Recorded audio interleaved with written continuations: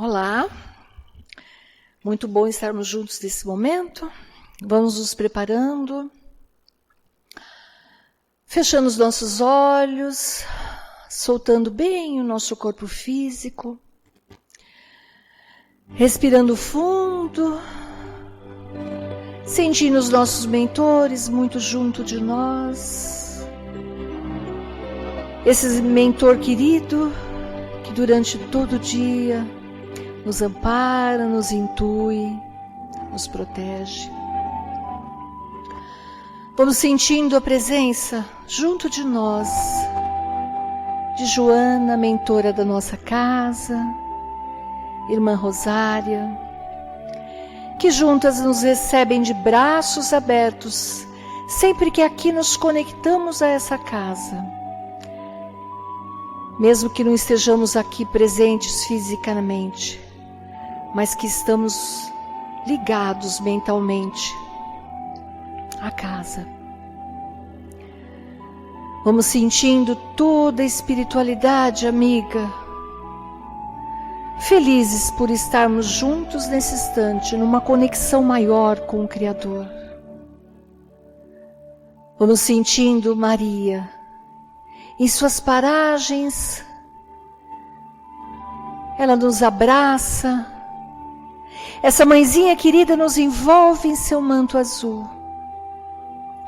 Esse manto que nos traz proteção, nos traz acolhimento, nos reporta ao colo da nossa mãezinha, que tanto precisamos no nosso dia a dia. Junto com nossa mãe vamos chegando até Jesus, nosso irmão maior. Esse nosso guia, nosso modelo, nosso mestre, dizendo: mestre, obrigada por tudo que nos ensina a cada instante. E todos juntos vamos chegando até Deus, nosso Pai, que nos aguarda de braços abertos, com um sorriso no rosto, feliz por estarmos unidos nessa conexão. E é esse Pai de luz e de misericórdia que nós dizemos: Pai nosso que estás nos céus, santificado seja o vosso nome. Venha a nós o vosso reino. Seja feita, Pai, a tua vontade, assim na terra como no céu. O pão nosso de cada dia nos dai hoje. Perdoa, Senhor, as nossas ofensas, assim como nós perdoamos a quem nos tem ofendido. E não deixeis cair em tentação, mas livra-nos, Senhor, de todos os males, porque vosso é o poder, o reino e a glória. Que assim seja, graças a Deus. E vamos agora, mantendo-nos equilibrados, serenos, nos preparando para receber os tratamentos da tarde. Abrindo bem os nossos corações, nos ligando a toda essa espiritualidade, recebendo tudo aquilo que viemos buscar. Aos assistidos de tratamento de P2, vamos nos ligar a essas equipes espirituais, sentindo a projeção da luz azul, envolvendo todo o nosso sistema nervoso central, harmonizando e equilibrando a energia dos nossos chakras, um a um. Todos eles, para que funcionem adequadamente dentro de um equilíbrio que buscamos. Que assim seja. Aos assistidos de tratamento de CH, vamos nos ligando com essas equipes, sentindo a projeção da luz rosa, um rosa intenso e muito brilhante, envolvendo cada um dos assistidos em muito amor e muito carinho. Que esse rosa chegue até os nossos corações, abrandando e aumentando a nossa capacidade de amar. Que assim seja. Aos assistidos com tratamento em P3B, Rogamos a projeção da luz branca do Cristo, que vai envolver todos os encarnados e desencarnados aqui presentes. Pedimos a luz azul envolvendo o coração e a mente de todos os assistidos.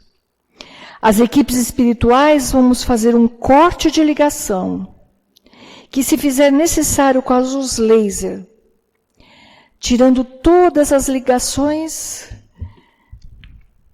que a espiritualidade designar. Pedindo a luz azul envolvendo todo o sistema nervoso central, periférico e neurovegetativo. Luz rosa claro do nosso cardíaco, aumentando os nossos sentimentos, e uma luz amarela muito intensa no nosso frontal, aumentando os bons pensamentos e a nossa conexão com o mentor individual. Vamos colocando uma cúpula em cada um dos assistidos, uma cúpula rosa clara brilhante da cabeça aos pés, para que o tratamento se fixe, até quando for necessário, que assim seja. Aos assistidos de P1 e P3A, vamos nos ligando às equipes médicas do espaço, imaginando uma projeção da luz verde, que vai envolver todo o organismo físico e espiritual, tratando cada célula, cada órgão que se fizer necessário, para alcançar assim o fortalecimento físico e espiritual, atingindo a cura que for do nosso merecimento. Pedindo a todos nós, encarnados e desencarnados, que sejamos envolvidos pelas bênçãos do Mestre Jesus, e que cada um de nós possamos nos manter numa cúpula protetora até o próximo tratamento. Agradecidos que somos a toda essa espiritualidade e essa casa bendita, que nos trata e nos fortalece a cada instante. Que assim seja, graças a Deus.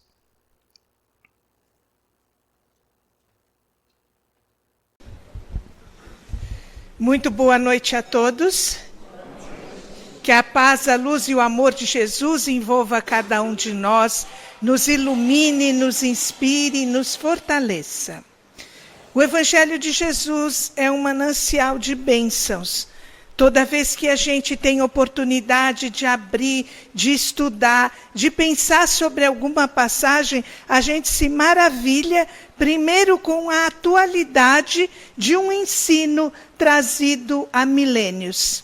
Segundo, como isso se encaixa perfeitamente no processo evolutivo de todos nós.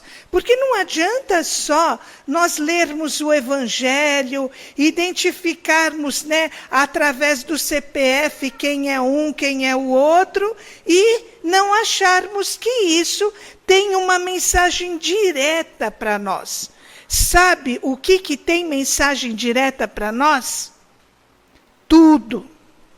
Nós não escapamos de nada, porque ele nos orienta o que deve ser feito para o nosso crescimento, para o nosso conhecimento e, acima de tudo, para a nossa liberdade. A afirmativa de Jesus é: conhecereis a verdade e a verdade vos libertará. Jesus falava por meio de parábolas, tem muito ensinamento trazido até nós desta forma. Não é um privilégio dele, é um costume oriental de se trazer o ensinamento através de uma história.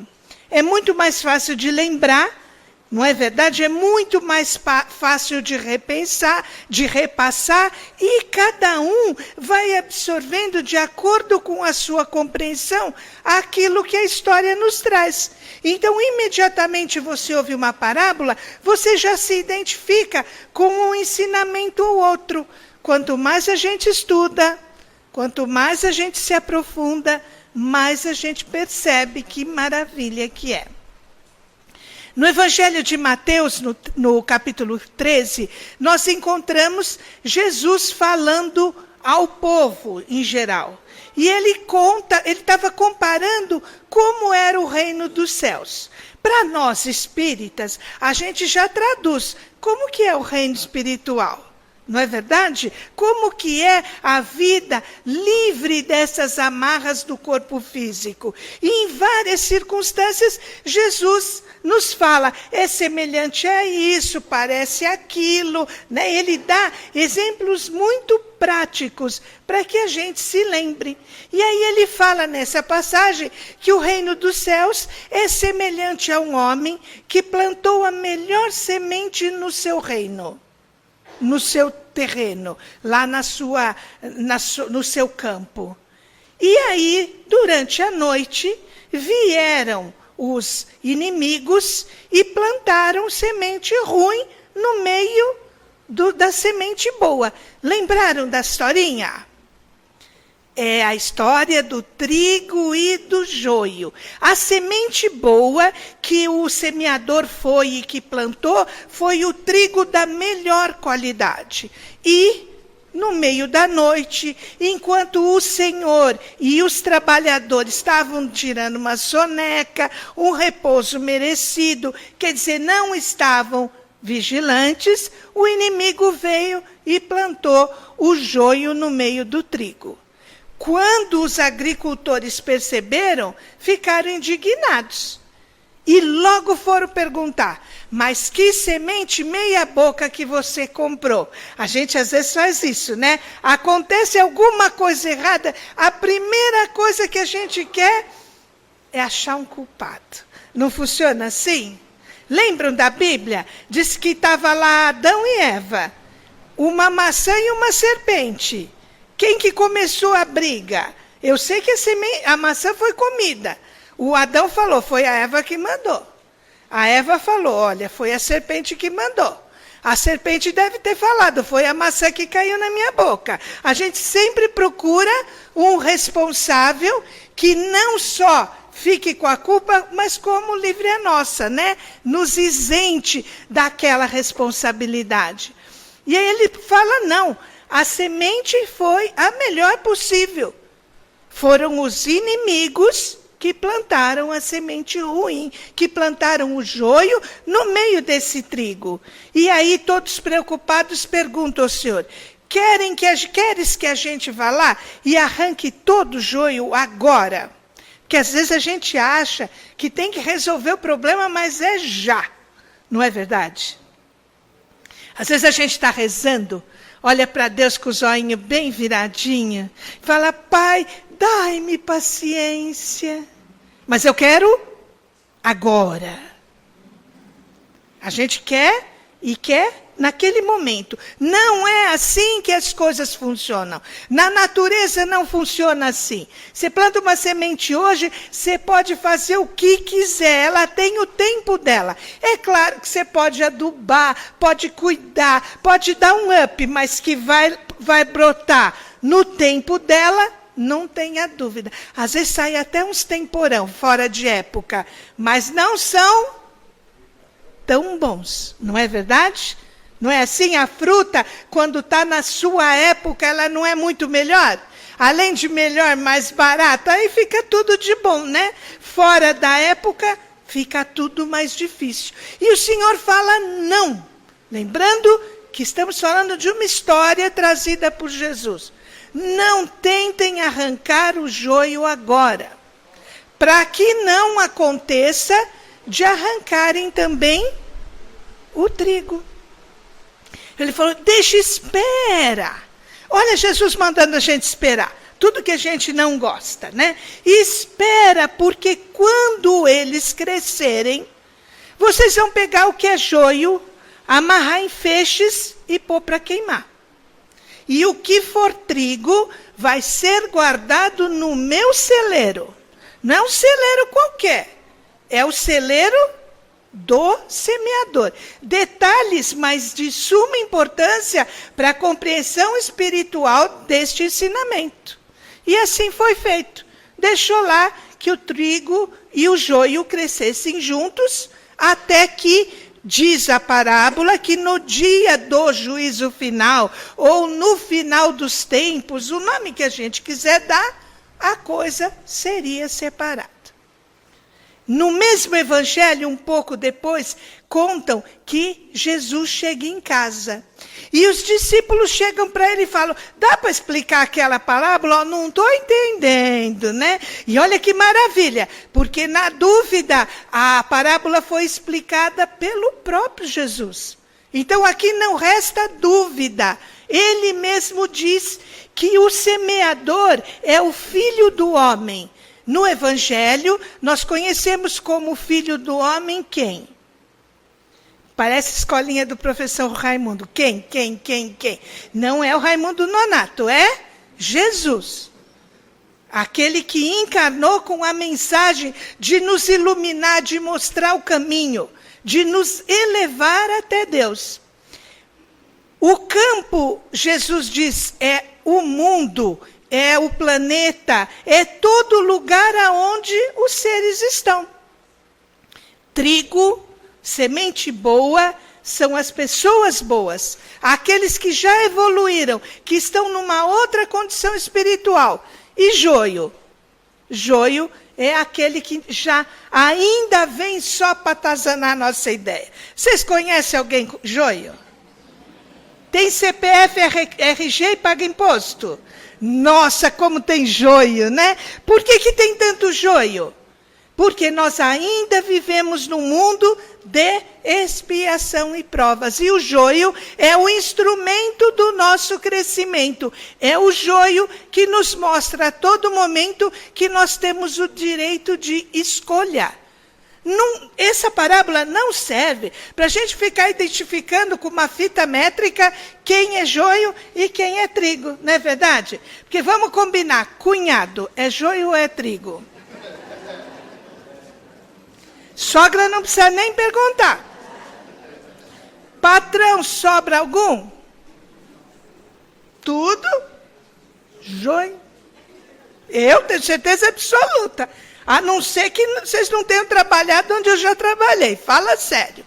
E hoje eu trabalho com o pior de todos os patrões que eu já tive. Sou autônoma. Terrível. Nem me pagar direito eu pago. Quer dizer, passo uma vida achando que todo mundo era joio e de repente a minha foto lá no Procura-se. A própria. Ainda somos um mundo que precisamos do estímulo do mal para que a gente desenvolva. É muito complicado querer julgar quem é joio e trigo. Toda essa brincadeira desse momento é para a gente só descontrair. Ninguém pode dizer quem é joio e quem é trigo. Ninguém. Não dá para saber, não é o que diz a parábola? O interessante é que joio e trigo, quando eles estão crescendo, eles são extremamente parecidos. São da mesma família e eles têm características totalmente difíceis de identificar. Quer dizer, se você quer arrancar o joio enquanto ele é pequeno, é muito provável que você arranque trigo. Difícil de entender? Vamos ver por esse lado. Vocês já tiveram alguma pessoa na vida de vocês que vocês juravam de pé junto que era joio e, de repente, a pessoa se tornou um excelente amigo, uma pessoa excepcional, te estendeu a mão, te ajudou, e você vira e fala, mas não dava nada por você. Né? A gente fala só no pensamento, não vai dar uma bandeira dessa, né? Por outro lado, quantas e quantas pessoas nós não criamos como trigo, cuti-cuti da mãe e mãe, e de repente, às vezes você vive 40 anos com o trigo, na hora de assinar o divórcio dos dois lados, a gente percebe que é a encarnação do joio. Percebe ou não percebe? Não dá para saber. Não tem como saber. O trigo, na época de Jesus, era o alimento mais importante. Hoje já está meio complicado, né? Porque se Jesus fosse oferecer um pão para nós, a gente ia perguntar se tinha glúten, se era transgênico, se foi criado nas boas práticas da agricultura. Mas naquele tempo era o que tinha. Era a alimentação mais importante. Por isso se vê tanta informação sobre o pão. Nada menos na despedida, Jesus divide um pão, no sentido alimentar da palavra, né? Porque dizem que Jesus também era um pão, mas era um outro tipo de pão. Ele divide o pão e diz que ali era representação do seu corpo. Então não tem como saber. Não tem como saber quem é joio e quem é trigo. A história nos conta que toda vez que a humanidade tentou fazer essa separação, pisou na bola de uma forma terrível. Lembra da Inquisição? O pessoal achava, é joio, queima.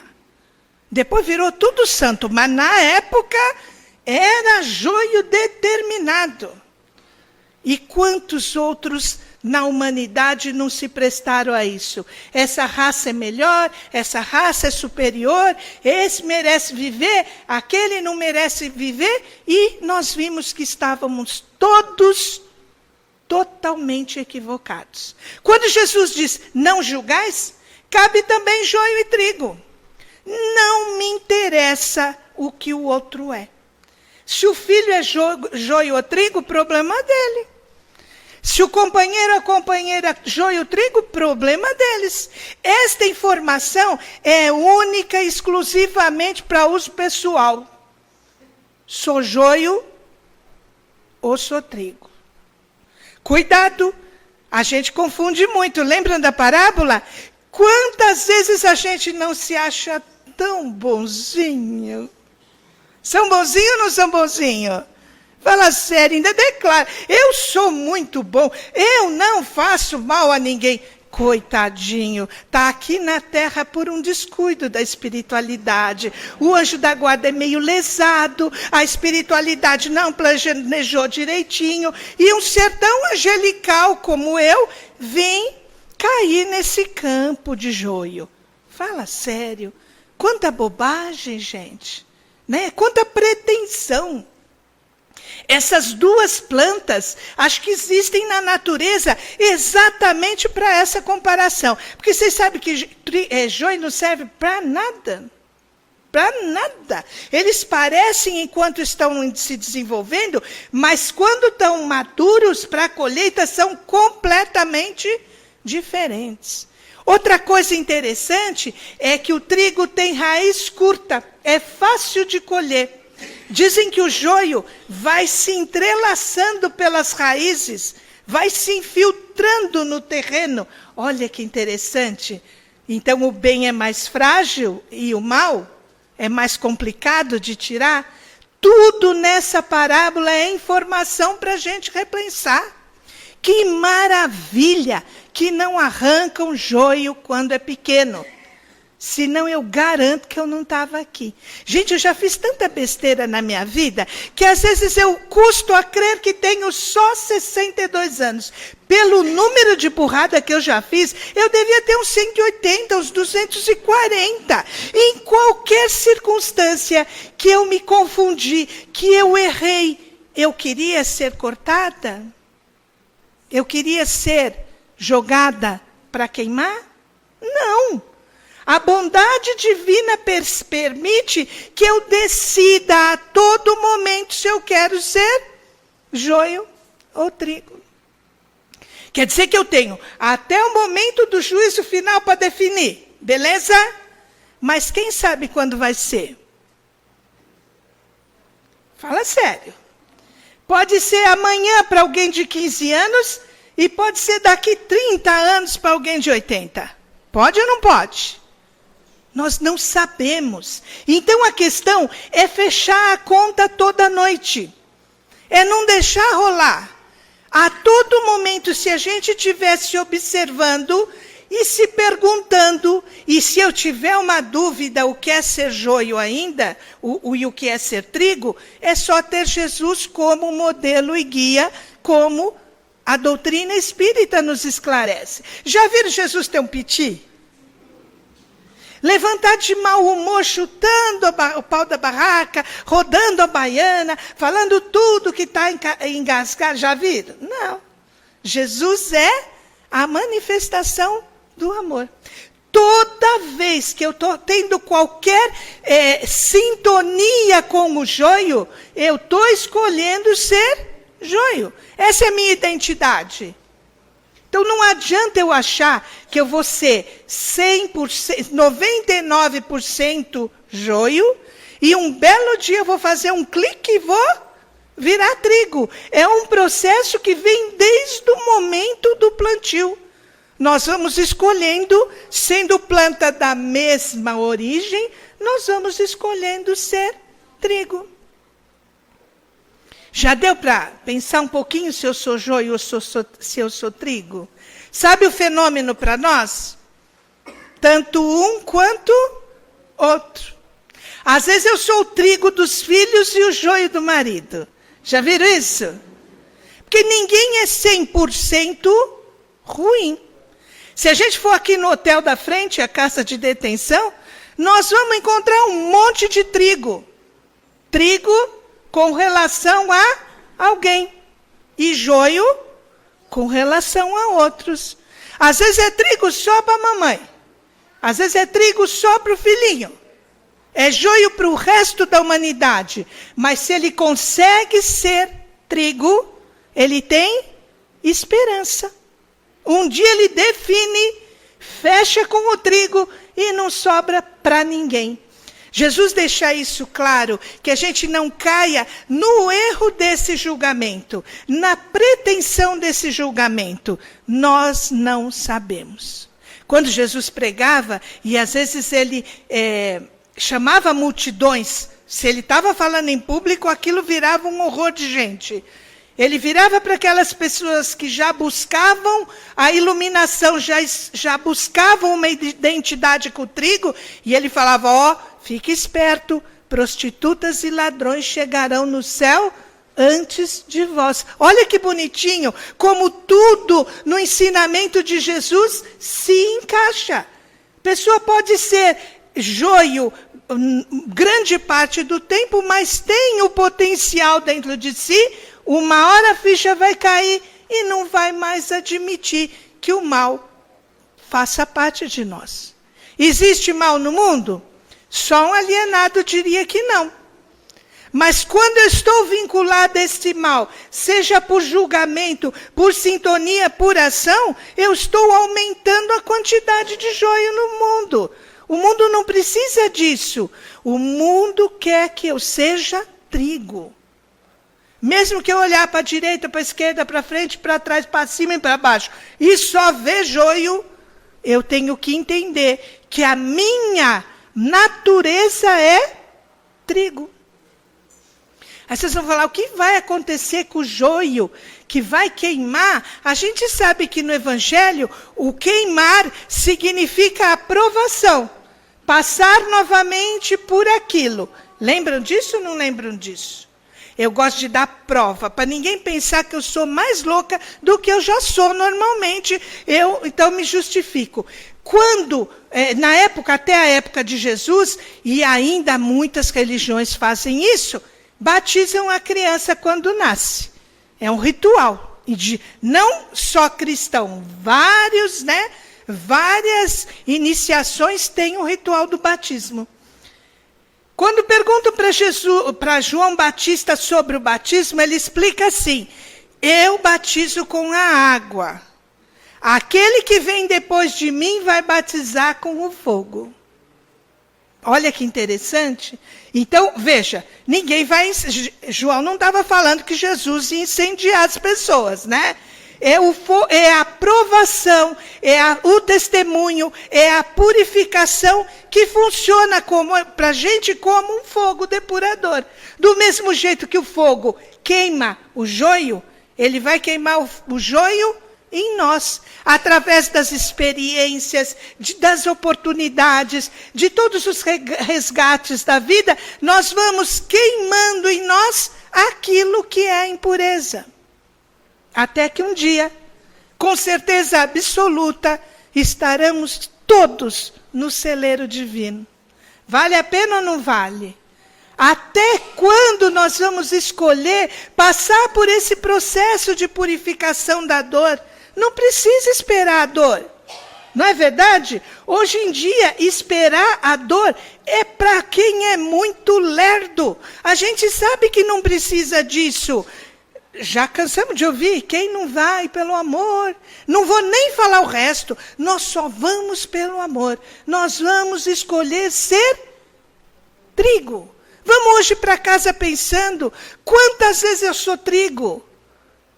E quantas vezes eu não sou? Não quero nem falar outra palavra. Santo Agostinho diz que essa reflexão deve ser diária. É simples. No trânsito hoje, eu fui trigo. Fala sério, até o segundo farol. Eu tive só passei por 200, né? Não é verdade? Na sociedade eu sou trigo. Numa fila, numa espera, num médico, a gente pode ser trigo em qualquer lugar.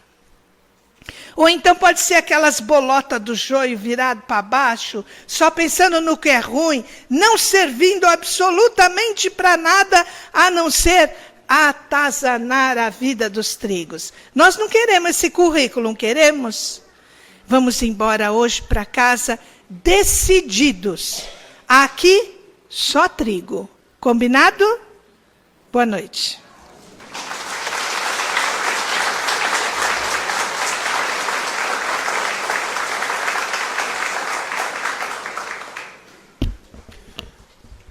E assim, uma vez mais, vamos entrelaçando nossos corações e vamos agradecendo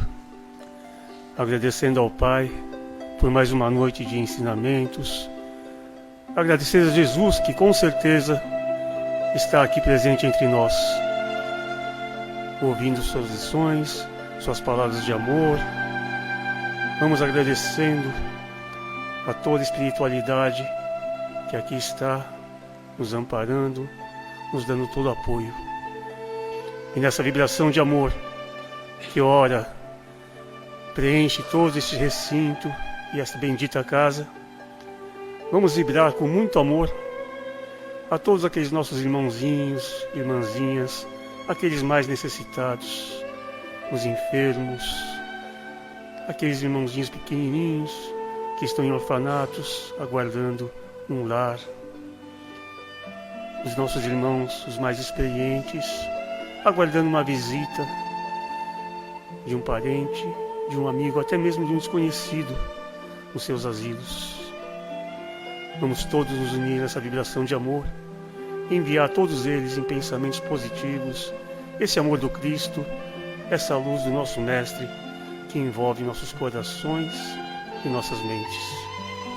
E assim, Pai, te agradecemos por mais esta noite de muita luz e de muita sabedoria e de muita paz em nossos corações.